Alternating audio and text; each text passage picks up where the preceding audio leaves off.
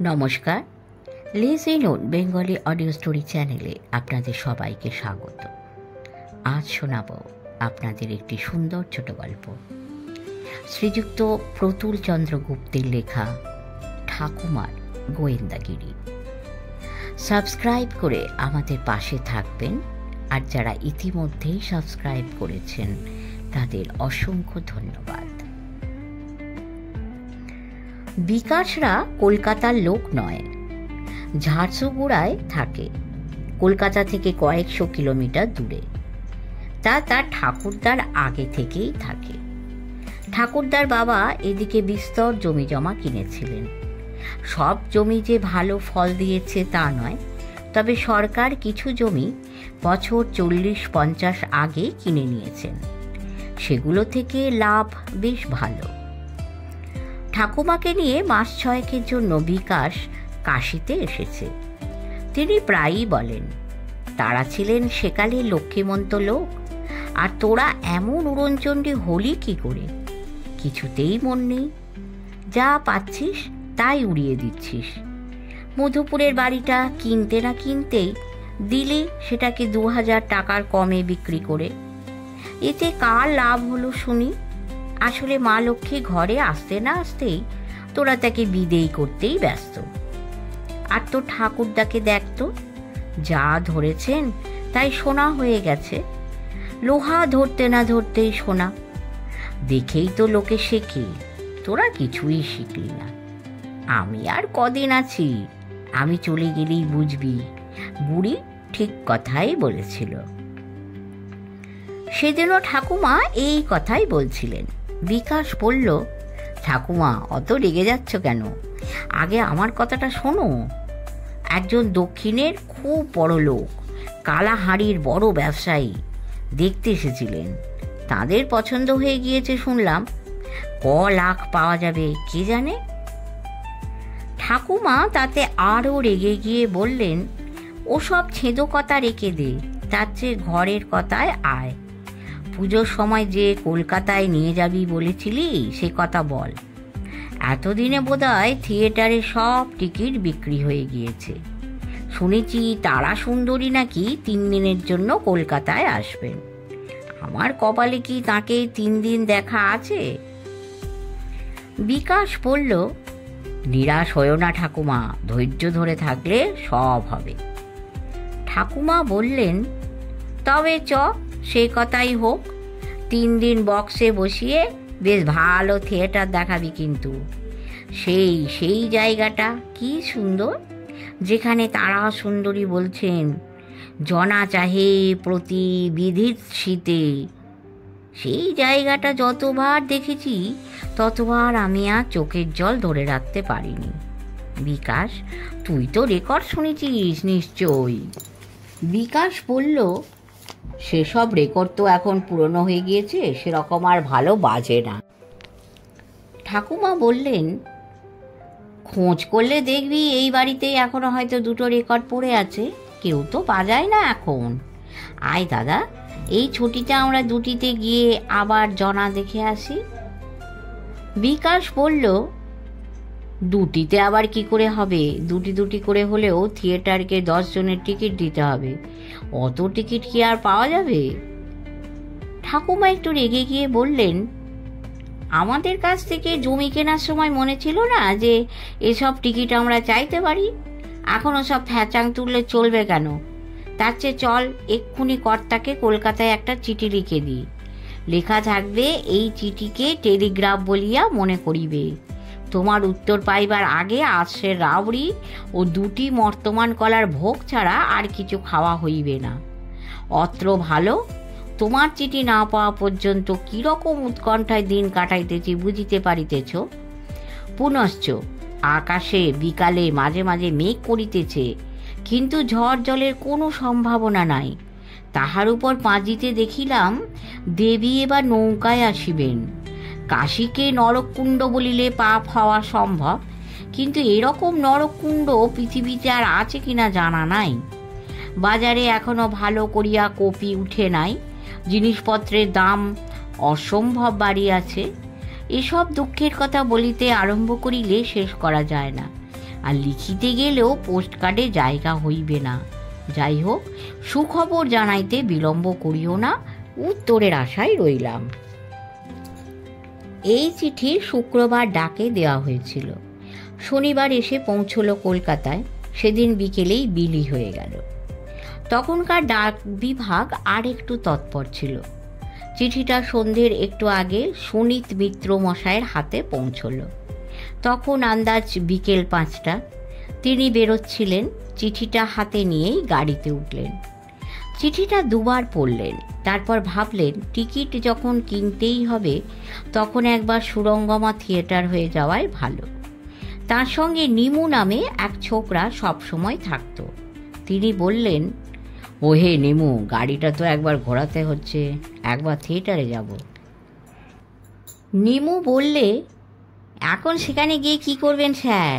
আজ তো থিয়েটারের দিন, সেখানে খুব ভিড় হয়েছে। কর্তা চটে গিয়ে বললেন, ভিড়ে আমার কি করবে? আমি তো আর থিয়েটার দেখতে যাচ্ছি না। দেখি আসছে সপ্তাহে টিকিট পাওয়া যায় কি না। গাড়িটা ঘোরা। অনেক দিন সুললিতকে দেখিনি। সুললিতের হাতে থিয়েটার কেমন সোনা হয়ে গেল, দেখলি তো?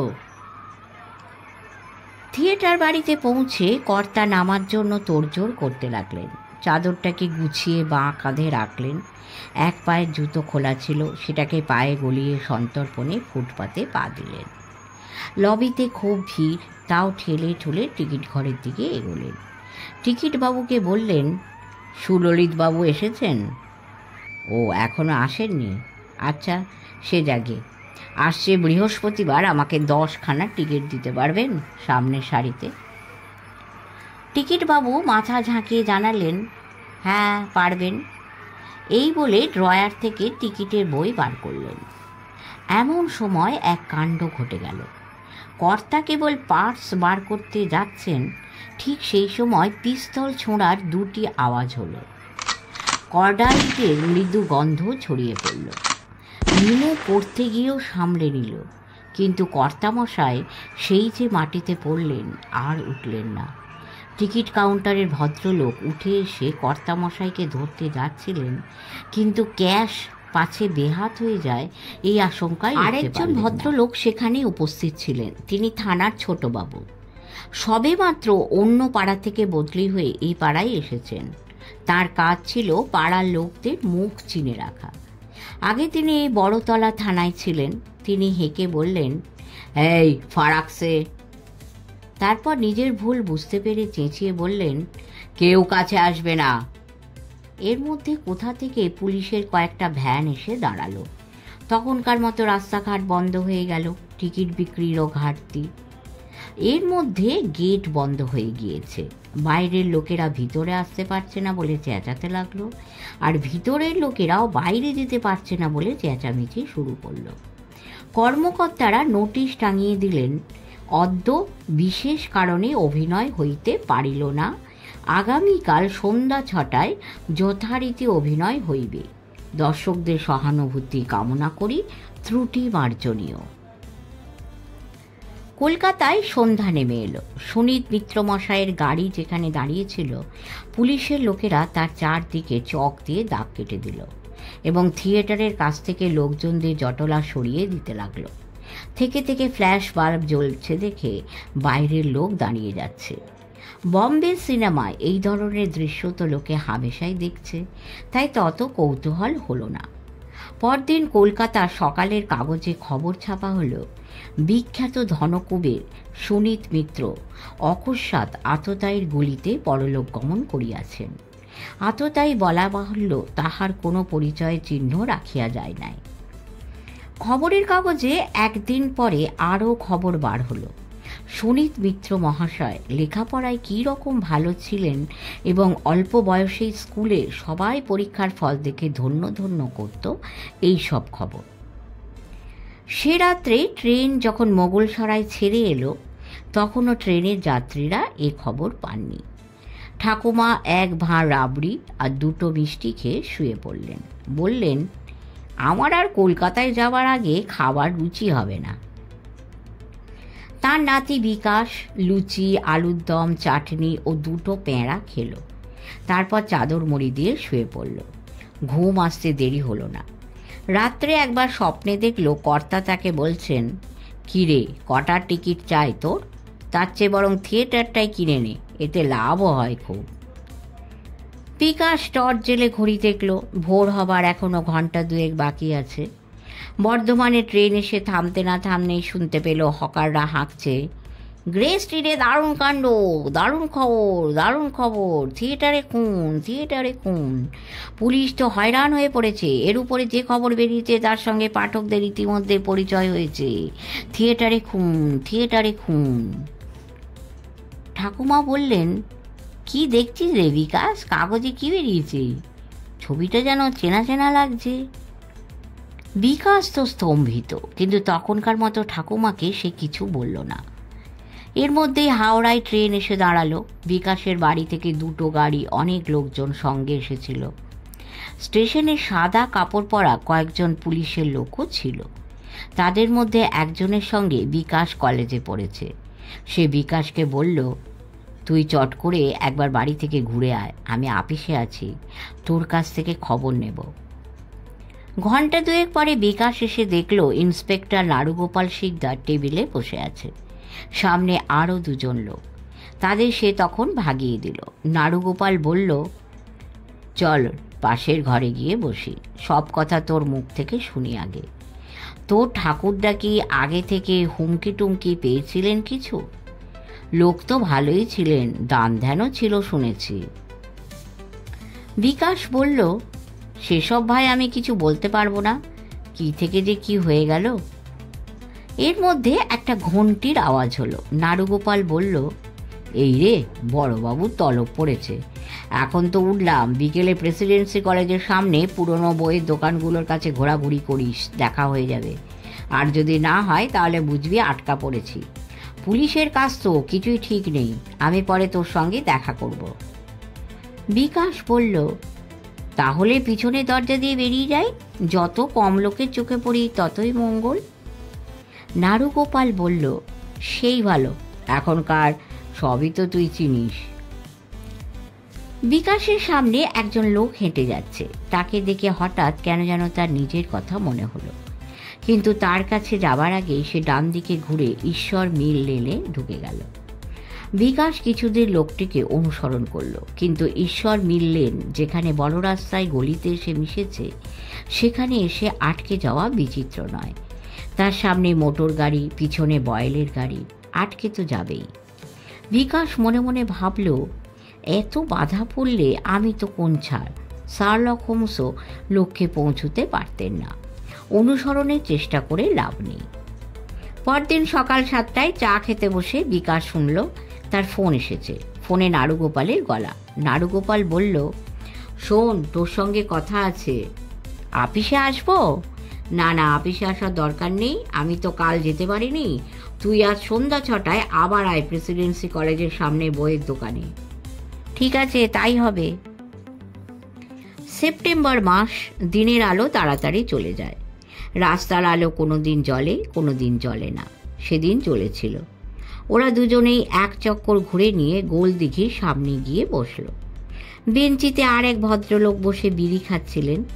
এই আগন্তুকদের দেখে বিড়িটা ফেলে দিয়ে বিরক্ত মুখে উঠে গেলেন। নাড়ুগোপাল বললেন, বিকাশ, তোর যে একজন ভাই আছে সে কথা তো কখনো বলিসনি।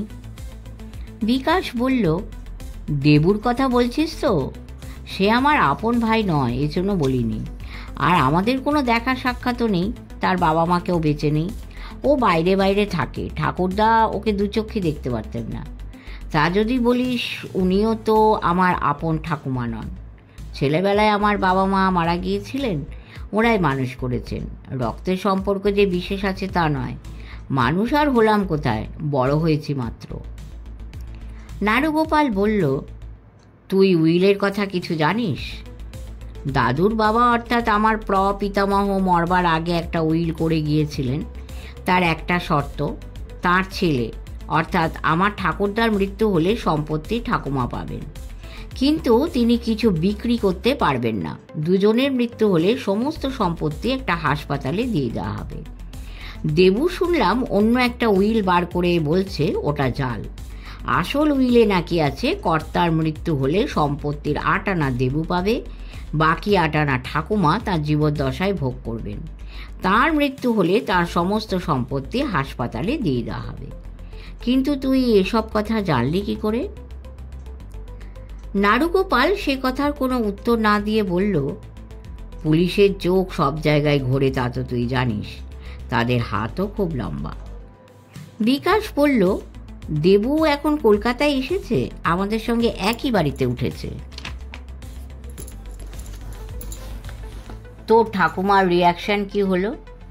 রিয়াকশন আর কি হবে, ঠাকুমা তো তাকে দেখলেনই 15 বছর পরে। প্রথমটা কান্নাকাটি করলেন খুব, দেবুকে জড়িয়ে ধরে বললেন, দেবু এই দেখ আমাদের কি সর্বনাশ হয়ে গেল।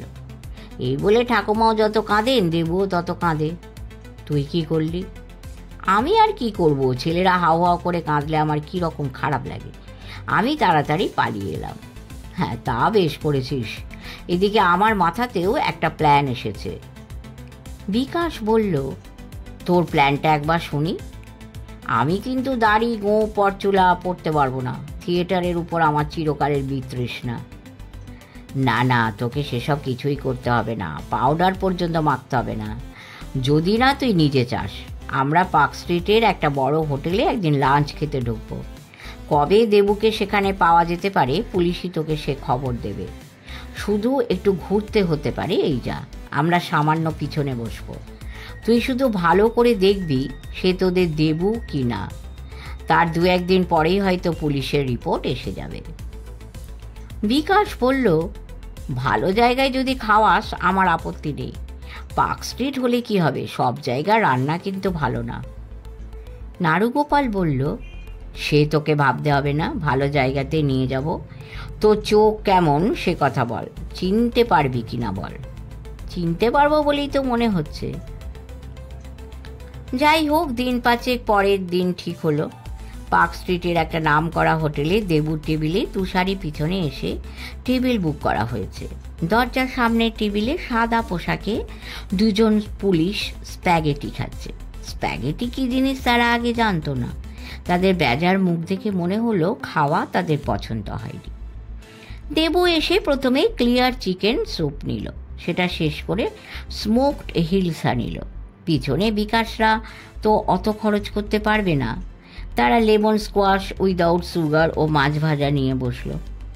যতক্ষণ পারে ওরা বসে রইল এবং যাকে তাদের আসামি মনে হচ্ছিল তাকে দেখতে লাগলো। আসামি উঠে যাবার 5-10 মিনিট পরে তারা উঠল। সাদা পোশাক পরা লোক দুটিও আগেই বেরিয়ে গিয়েছিল। আসামি কোন দিকে গেল দেখতে। নাড়ুগোপাল বলল, কিরে কিছু বুঝলি? বিকাশ বলল, বুঝলাম বলেই তো মনে হচ্ছে। তাহলে চল একবার আপিসে যাই। এর 2 দিন পরে নাড়ুগোপাল বিকাশের কাছ থেকে এই মর্মে একটা চিঠি পেল যে তার ঠাকুমা আগামী বুধবার সন্ধ্যাবেলা বাড়িতে কীর্তনের আসর বসাচ্ছেন। যদি নাড়ুগোপাল আসতে পারে তাহলে খুব ভালো হয়। একটু কাজের ব্যাপারও আছে।